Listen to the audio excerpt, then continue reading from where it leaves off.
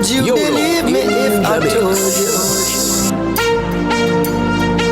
Will you believe me when I say affairs of the heart, together we've grown, if ever apart.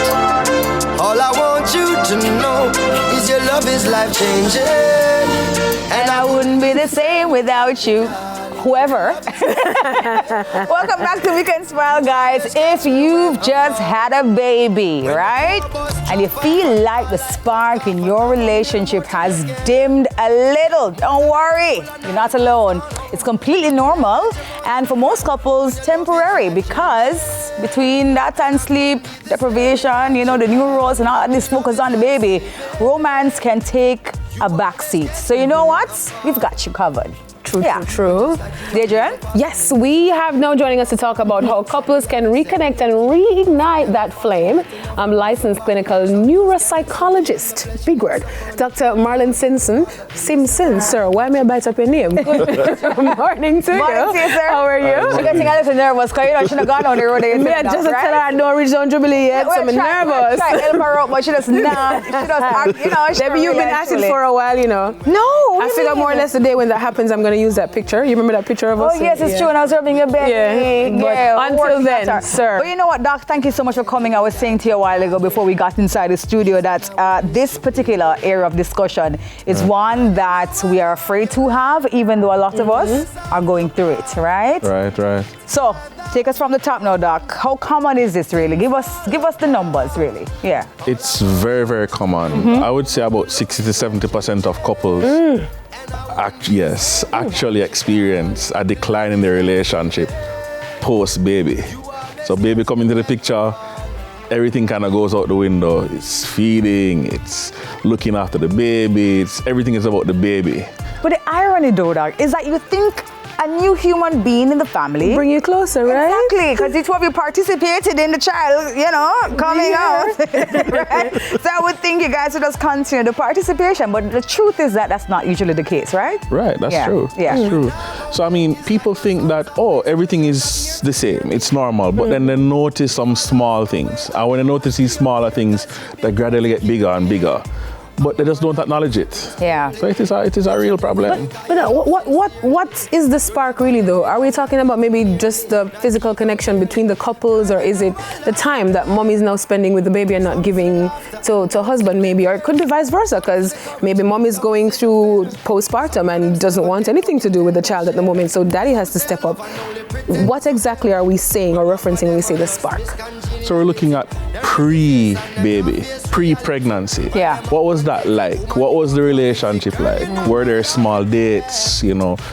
Does the way she look at you give you that, that butterfly feeling? Is it how, you talk about certain things? But then once the baby comes into the picture, a lot of the focus shifts to know, okay, what do we need? We need checkups, we need this. So the conversation really changes. Yeah. That diminishing of the spark, is it clinical? Is it because we just not have the time? Is it something that's happening with my body hormonally? What can we attribute to this difference in the relationship? So as a neuropsychologist, I'm going to emphasize that it's a neurological thing. Okay. But no, it's more, it's unconscious actually. You don't even realize that you're making this shift. But then it begins to become part of your routine. So no longer sweet words or, how you doing or these things. It's more, what can I do for the baby? Is the baby crying? Baby to eat.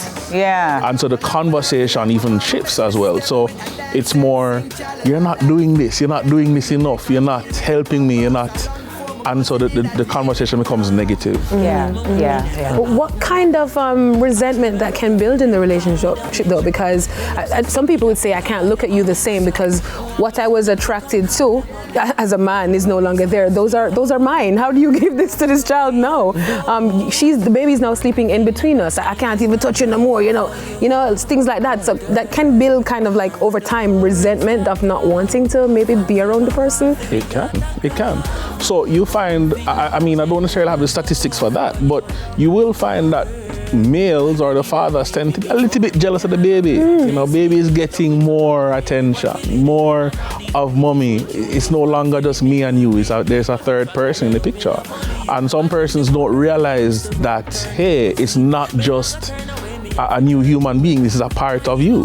But the focus is not the same. Yeah, we have to talk now about, you know, just being very deliberate right now, because, you know, like for me as a mother, after having my son, doing things like, you know, just the basic taking care of your hair and doing your nails, those things kind of took a back seat for a little while. But I found that being deliberate about it and having a partner that was very deliberate as well about, you know, carving out time for you to go and just refresh yourself was important. Right. So let's talk about now making a conscious decision when you're able to be aware of how drastic the change has impacted, you know, being deliberate.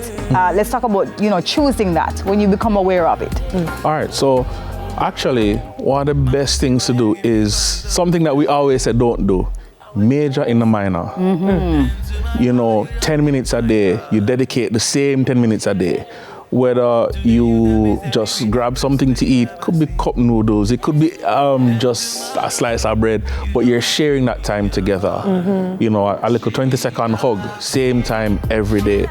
These things build or change or rewire the brain actually to say, hey, this is an important thing that I look forward to, you know?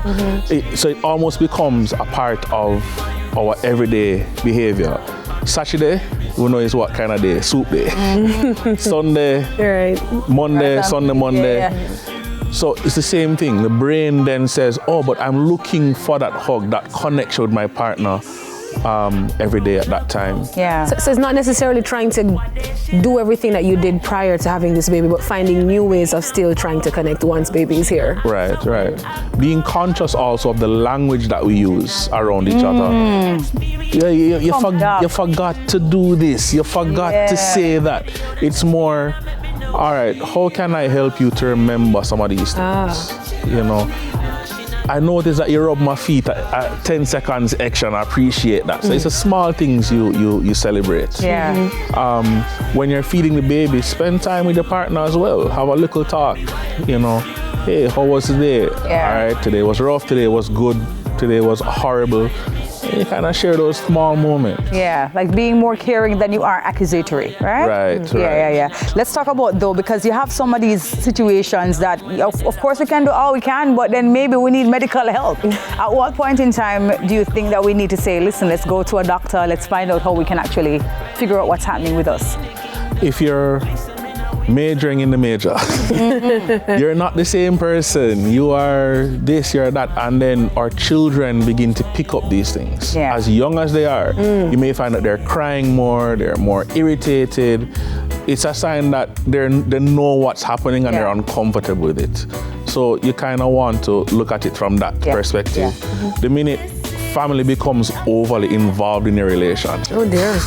Oh dear.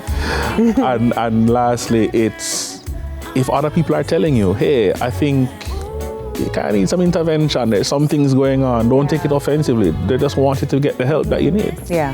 Good points, Doc. Seriously, where can people find you? Because I know that you have a lot of solutions that you can offer to a lot of people out there. How much is that? 60 to 70%? Where can people find you? So I'm at Loving Minds Associates Limited. So that's on 3 Meadowbrook, Maine. I'm also at CPFSA as well. Right, so all over the place. Nice. Thank you so much for joining us for another time, sir. Hey, this is why I'm scared, man. I'm scared. No. See, but some people, you know, they have the children and they're like even better versions of themselves. Oh, I'm nervous. I just feel that that's going to be your story, Dee. Oh my God. I'm nervous. I'm here to help you. Okay. That was Dr. Marlon Simpson, licensed clinical neuropsychologist. More to come on Weekend Smile after the break. Stay with us. Thank you so much, Doc. Fireflies lighting our way as we walk. Words flow.